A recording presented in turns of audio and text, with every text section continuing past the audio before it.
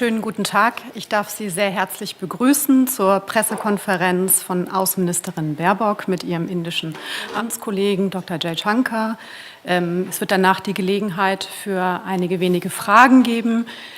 Ich darf Sie bitten, entsprechend sich in Ihrer Fragen kurz zu halten, weil wir etwas unter zeitlichem Druck stehen. Frau Außenministerin, Sie haben das Wort. Einen schönen guten Tag auch von meiner Seite. Lieber Herr Kollege, lieber Jai, auch hier noch einmal herzlich willkommen in Berlin. Nach der Münchner Sicherheitskonferenz bereits das zweite Mal dieses Jahr deinerseits in Deutschland. Und das ist ganz und gar kein Zufall, denn zwischen unseren Demokratien besteht ein enges Band, das angesichts der zahllosen internationalen Herausforderungen für beide Länder und ihre Menschen von herausragender Bedeutung ist. Dieses Band wird insbesondere von so vielen Menschen, von Braunschweig bis Bangalore, von Magdeburg bis Mumbai, an so vielen Orten getragen. Man kann sagen, tagtäglich ist dieses Band immer dichter geworden. Vor knapp 2 Jahren haben wir bei dir in Delhi eine Migrations- und Mobilitätspartnerschaft unterzeichnet, die den Austausch erleichtert und ganz konkret die Lebenspläne von Fachkräften, Studierenden und Auszubildenden unterstützt. Waren damals bei meinem Besuch vor knapp 2 Jahren noch Waschkörbe voll von Visa-Anträgen und lange Wartezeiten das gängige Bild auch bei uns in der Botschaft, im Konsulat, so blicken wir schon jetzt auf eine echte gemeinsame Erfolgsgeschichte. Die Zahlen sprechen für sich. Mit knapp 50.000 jungen Menschen sind Inderinnen inzwischen die größte Gruppe ausländischer Studierender an deutschen Universitäten. Der Fachkräftezuwachs ist mit einem Plus von 25% in diesen 2 Jahren gewaltig. Dabei sind Visa-Digitalisierung und Visa-Beschleunigung die Basis, dass dies gelingen konnte und weiter gelingt. Und sie sind daher ein Kernstück unserer Arbeit hier im Auswärtigen Amt in den letzten 3 Jahren. Indien ist da eins unserer Paradebeispiele, aber die Visa-Digitalisierung, der Umbau unseres kompletten Visasystems zur Beschleunigung, das wird hier mehr als deutlich. Weil wir Fachkräfte brauchen, und zwar weltweit, nicht nur mit Blick auf Indien. Denn diese klugen Köpfe, flinken Hände, gepaart mit Innovationskraft, braucht es, volkswirtschaftlich und wirtschaftlich erfolgreich zu sein. 400.000 Fachkräfte jährlich brauchen wir in Deutschland. Is what we need for Germany every year. And already now, Germany has become India's most important trading partner in the EU. And there is still huge additional potential that we would like to tap. We therefore want to further strengthen trade and investment between our 2 economies, especially with regard to a trade agreement. We want to make it clear that not only cooperation between countries and economic regions is important, but also between strong democracies and strong economic powers are an added value to both sides and also an added value to the world.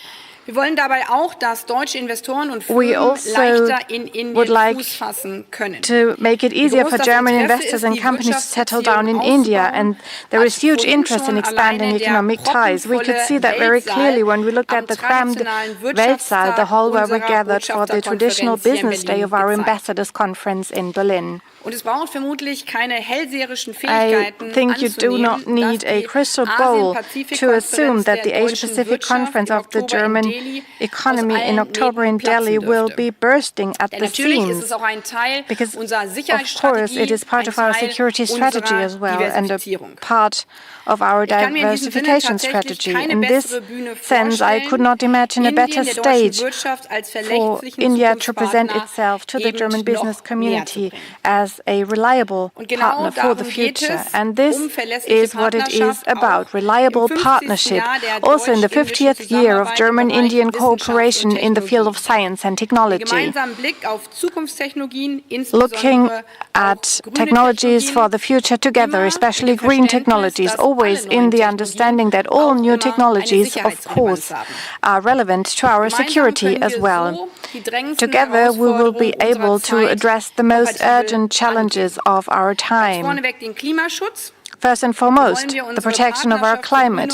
We want to further expand our partnership for green and sustainable development and deepen our dialogue on the protection of our climate, especially with regard to the climate conference COP29 this autumn.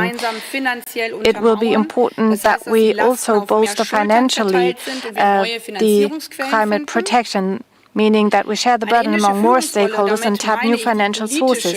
An Indian leadership role, and I mean political support here, would make an important contribution, and I'm grateful for what you have launched at the G20 meeting. And now Brazil has the presidency of the G20. This will be strongly rooted at the COP as well. And this big important topic of climate change is, of course, of greatest relevance, but also beyond. India, as the biggest democracy and a rising economic power, India plays an important role, is a role model for many other countries. So the political position India takes also has impacts on others. India, therefore, also has a lot of clout as a security policy actor in its own region and also in other strategically important world regions. Here as well, we share the joint goal of maintaining the rules-based international order and free maritime navigation, free trade passages also in the Indo-Pacific. The Bundeswehr is highlighting this once again through its presence in the Indo-Pacific. For the first time, our Air Force took part in Tarang Shakti in August, a big exercise of the Indian Armed Forces. And in October, there is a planned port visit and an exercise of the German and the Indian Navy. All these are symbols of our closeness, also in global questions when it comes to preserving peace and security. And it is important for me to say that because we have this common goal, preserving peace and security, preserving the rules-based international order. This does not mean that you have to agree on everything at all times, but it means that when you have different opinions on things, that you engage in discussion, and that's what we're doing. And we've been doing that also for more than 2 years with regard to the huge security policy challenge, the Russian war of aggression against Ukraine, that is, of course, very close to us here in Europe. It is important that we reach out to one another and that we make each other offers. Prime Minister Modi's visit to Kiev was an important signal.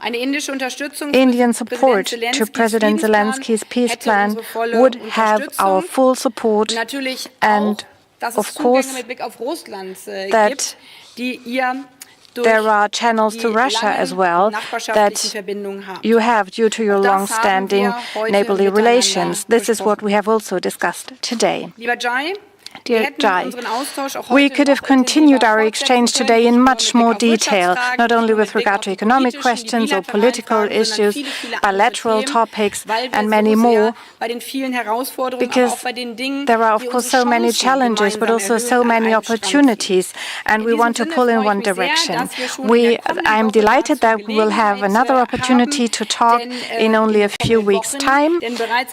In 2 weeks already, UNGA will take place in New York, the United Nations General Assembly, and at the end of October, we will have German-Indian intergovernmental consultations that will be another important element of the German-Indian relations that are becoming ever closer. And both our ministries have engaged in a lot of preparatory work because we want to sign many meaningful agreements. Thank you very much for your visit today, and thank you for the excellent preparation and cooperation when it comes to the German-Indian intergovernmental consultations.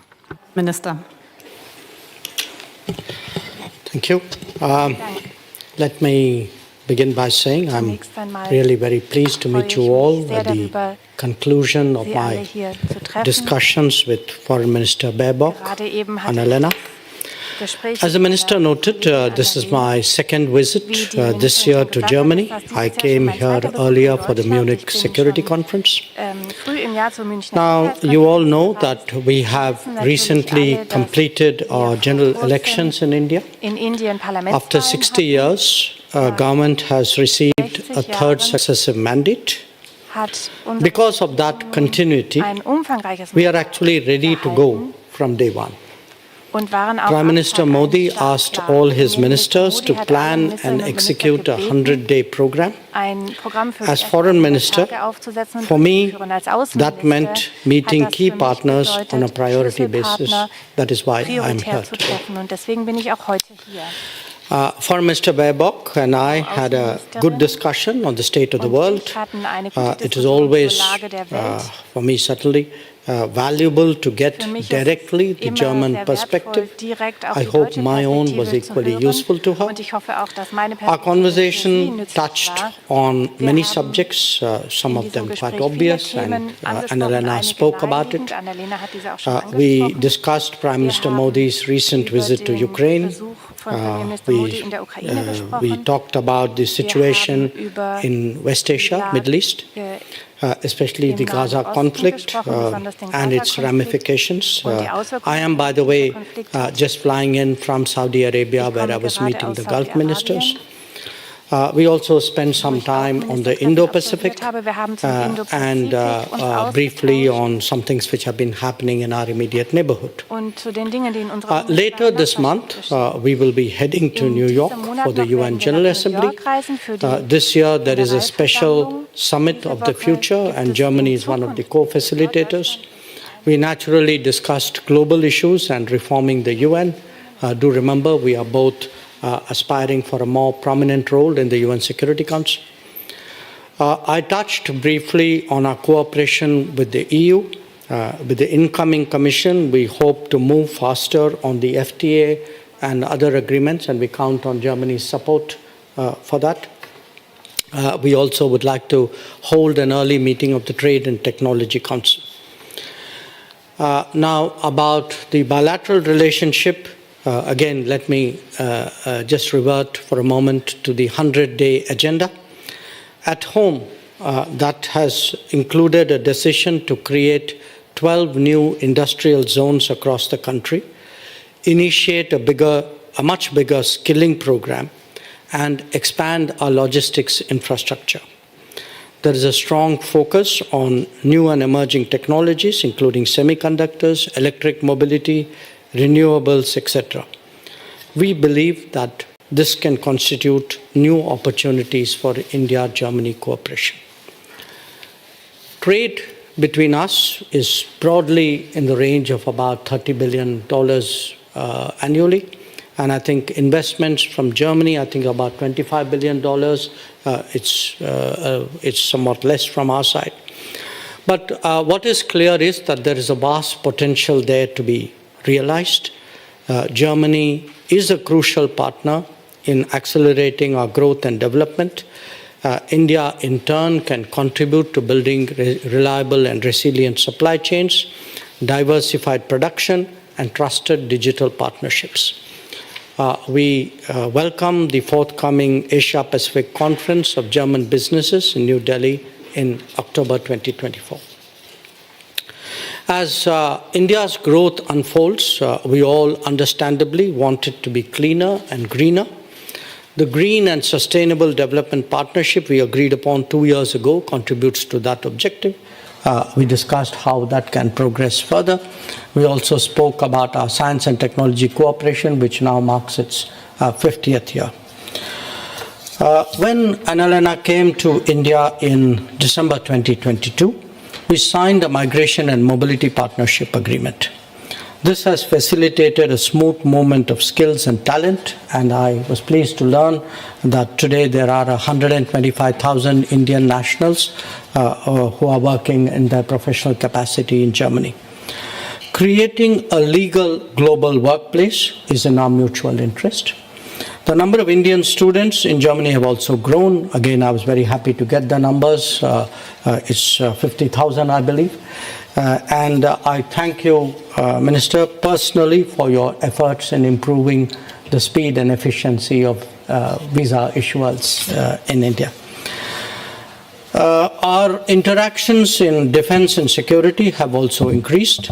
We held the first ever air exercises this year, and we hope to welcome your naval ships in Goa next month. Our policy and other exchanges have been mutually beneficial, and we would like to explore how our defense industries can cooperate more closely. Both India and Germany are active internationally in a variety of geographies and programs. We exchange views about how we can work together where possible in third countries. Our consultations, as Minister Baerbock mentioned, precede the impending meeting of the Intergovernmental Consultations in India later this year. I think today's session has been very, very useful to prepare for that. Finally, I was greatly honored to be invited to speak to the Conference of German Ambassadors this morning. I think this in itself is an indication of our mutual desire to forge closer bonds and work together. It was the business day of the conference, and I think the interaction, the questions particularly from the German business community were very, very helpful. I think it was a very good session. I thank you, Minister, for the opportunity and indeed for hosting me so graciously today. Once again, a great pleasure to be here. Thank you. Vielen Dank, Herr Außenminister und Herr Baerbock von der deutschen Regierung. Many thanks. Richard Wall from Deutsche Welle. So I have questions with regional relevance for each of you. Perhaps Dr. Jaishankar first. Welcome to Berlin. The authorities in Bangladesh say that they will seek extradition of the former Prime Minister Sheikh Hasina. Will India consider such a request? And Frau Ministerin Baerbock, zurzeit laufen Gespräche über Zurückweisungen von Asylsuchenden an den Grenzen. Wie ist Ihre Sicht auf diese Frage? Und gibt es bereits Gespräche mit den betroffenen Nachbarländern wie Österreich, Tschechien oder Frankreich? Danke.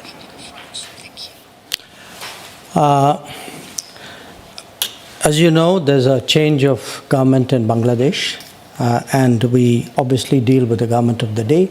How we deal with that is through diplomatic channels, not necessarily through reports which may be reported by the press. Springen wir einmal, aber da sieht man, dass auch in herausfordernden Zeiten natürlich regionale und nationale Themen immer auch Außenministerinnen und Außenminister begleiten. Wir kommen ja hier heute in Deutschland, gerade als Politikerinnen und Politiker, aus einer Feierstunde, unserer Feierstunde zum Grundgesetz, wo so deutlich wurde, dass unser Land so sicher ist und unsere Lebensversicherung ist, aufgrund dieses Grundgesetzes, mit einem zentralen Satz, dem Frieden in der Welt verpflichtet, als Glied in einem vereinten Europa zu dienen. Und angesichts dieser emotionalen Zeiten ist es, glaube ich, wichtig, diesen Satz nicht nur in Feierstunden immer wieder in Erinnerung zu rufen, sondern sich immer wieder wirklich daran zu erinnern, bei allem politischen Handeln, in every political activity we do. This united Europe has been our lifeline for 75 years, and it was especially strong when it was challenged, and we need to be reminded of that. This is true for me today as well, also with the debates that we're seeing nowadays. In these days, we need Democrats that stand united with regard to the attacks we're seeing against our democracy, attacks from the outside and from the inside, Russia's aggression against our European peace order and thus our liberal democracies, also attacks from right-wing extremists and Islamist terrorists. Their goal as well is dividing our liberal democracy. So for me, it is essential that in these moments where our democratic hearts are burning, that we remain sober-minded and that we do not allow others to divide us, neither in the inside, between those who are born here and those who have moved here. And one thing unites us, that we are firmly rooted on the soil on the fundamentals of our German basic law. That's the basis of our everyday lives. And we will also not be divided as Europeans. So it is very important that as liberal societies, we muster the strength to differentiate, especially when actors from the inside and outside want to divide us.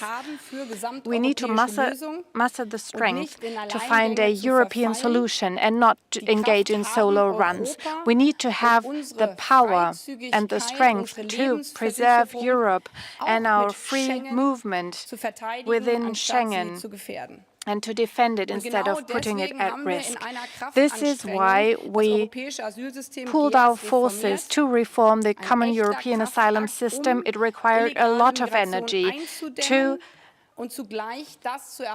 bring down illegal migration and maintain what protects us, our united Europe, that is also reflected in Schengen, the Schengen system. So I believe that German solo runs, such as an emergency situation, and you addressed this, our neighboring countries were a bit irritated by this, but also the federal states said that this could not work in our situation. Solo runs are not an option because you cannot fight terrorism with hysterical reactions. In Europe, we need to work together to fight terrorism. This is why we made it clear that we need stricter rules where we are really under pressure. We need legally sound European solutions. The ministers of domestic affairs and we, the foreign ministers, put this on track with the common European asylum system. And in cases where the old Dublin directive does not work, but the new rule has not yet been transferred into national law and does not apply yet, we need to find ways of how we can already start taking effective measures under the common European asylum system, take measures at the border. We are doing this in individual cases, and people have already been sent back. We will implement CS together, and we will not only have border controls at external borders, we will have procedures for airports as well. This will play a role for German airports as well, and we need to be able to send people back to other European countries as well. As I am speaking with another foreign minister today, and we talked about the crisis in the world today, with regard to the crises we see in the world and the way we see our societies challenged by autocrats, I would like to ask you one thing. It is, of course, natural that Democrats talk to one another in difficult times and that the government and the opposition talk to one another. If that makes headlines in a democracy, Democrats are talking together, or if there are ultimatums whether a meeting can take place or not, it is truly irritating for myself, but also for our neighbors, because with regard to the situation the world finds itself in, it is where it is so difficult in other places. This is something that is possible here, and I think it should be. Frau Haider from the Hindu. Thank you. I'm Suhasini Haider. I'm the diplomatic editor of the Hindu newspaper in India. So thank you for taking my questions. I wanted to ask both the ministers about your conversations on the Russia-Ukraine conflict and how it can be resolved. Further, Chancellor Scholz said yesterday that Russia should be involved in the next peace summit. My question to you, Minister Jaishankar, is will India host the next peace summit on the Russia-Ukraine conflict? Is the government working on a peace proposal of its own, of India's? And Ms. Baerbock, your expectations from India, Mr. Zelensky has said that he wants India to change its attitude towards Russia, to end oil imports from Russia. Is that something you are discussing with the Indian government? What are your expectations? Thank you. Okay, good. I would anyway speak in German. You have the translation, yeah? We, as Europeans, are working together with Ukraine on a daily basis. We're working for peace because Ukraine and we as Europeans want nothing more but this peace. And for the last 2.5 years, and of course we talked about this again and again, what we are doing as Europeans over the last 2.5 years, we have tried every day to come closer to that peace, at least a millimeter. We have made it clear that destroyed water pipes could be repaired without them being destroyed. As a first step to build trust, we had 20,000 abducted children, abducted by Russia, and bringing these back would be a first step towards peace. And not only Europeans, but also individual African states have made the case for that. And India and other countries as well reacted when the delivery of crops became a problem, and this grain corridor then became a first step. But unfortunately, every individual step towards peace that we had suggested, that Ukraine had suggested, that the African countries had suggested, that Turkey had suggested, and where also India was involved when it came to grain for the world, Russia responded with more terror and more attacks, which meant more suffering. This does not mean that we are not trying it again and again every day. The Ukrainians want peace, the Europeans want peace, and this is always an intensive discussion also with countries like India and countries from other places in the world. The whole world would be so relieved if finally peace came back to Europe. So of course we spoke about how we in our different roles, what we can do. It is good to have this same foundation that is democracy. We talked about our different roles and how we can contribute to peace, and my Indian colleague will be able to say more about the perspective of the Indian government, of course. As Europeans, we have decided on 14 sanctions packages, also when it comes to energy exports, because we saw that especially through oil and gas exports and other exports as well, the Russian war industry received new revenues. So we talked about this during our past meetings, and of course we also recognize when other countries tell us we understand this or we might not understand this, but you need to understand what it means for us. We need energy. And we talked about this today again when it comes to arms exports, dual-use goods. This is also important in that situation. If a country exports washing machines, it might not be aware of the fact that the chip being used in this washing machine can be used by the Russian army not to do the laundry, but to be used in weapons of war, because they cannot import such goods through the old channels of military goods. So these are things we can discuss, always with the same goal that we have, that we stand for peace in the world, that we want to reach that peace. And from a European perspective, of course, sadly, for 2.5 years, the answer from the Russian president has been, instead of engaging in negotiations, I want to continue destroying you. Let me, on my part, make a few points. One, Minister Baerbock and I regularly talk about Ukraine. I mean, we are talking this time in person, but from time to time, we also speak on the phone or otherwise. Secondly, in the last 2.5 years, in different ways, India has had some involvement with various specific initiatives, the grain corridor, matters relating to the security of the Zaporizhzhia nuclear station, and some other discussions. This year, the Prime Minister Modi, went to Russia in July. He went to Ukraine he had actually met President Zelensky in Italy in June. And then he went to Kiev in August. And obviously, both in Moscow and in Kiev, he had fairly detailed, long discussions with the two presidents concerned. A lot of things were said in that discussion. And where our own position is concerned, I think it rests on some postulates. One, that we don't believe that differences and disputes can be settled through war. This is not the era of war. Secondly, we don't believe in this conflict that a solution will come from the battlefield. So we do think that negotiations are the only way forward. At some point, there has to be negotiation.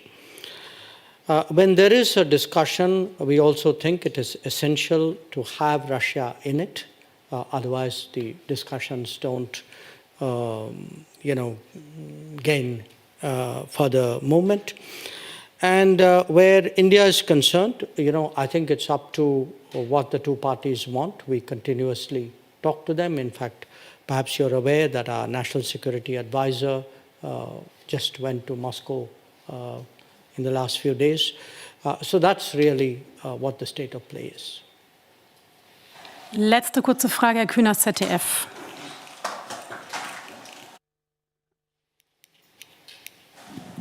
Vielen Dank. Zwei Nachfragen zu dem, was Sie gerade gesagt haben, Frau Ministerin.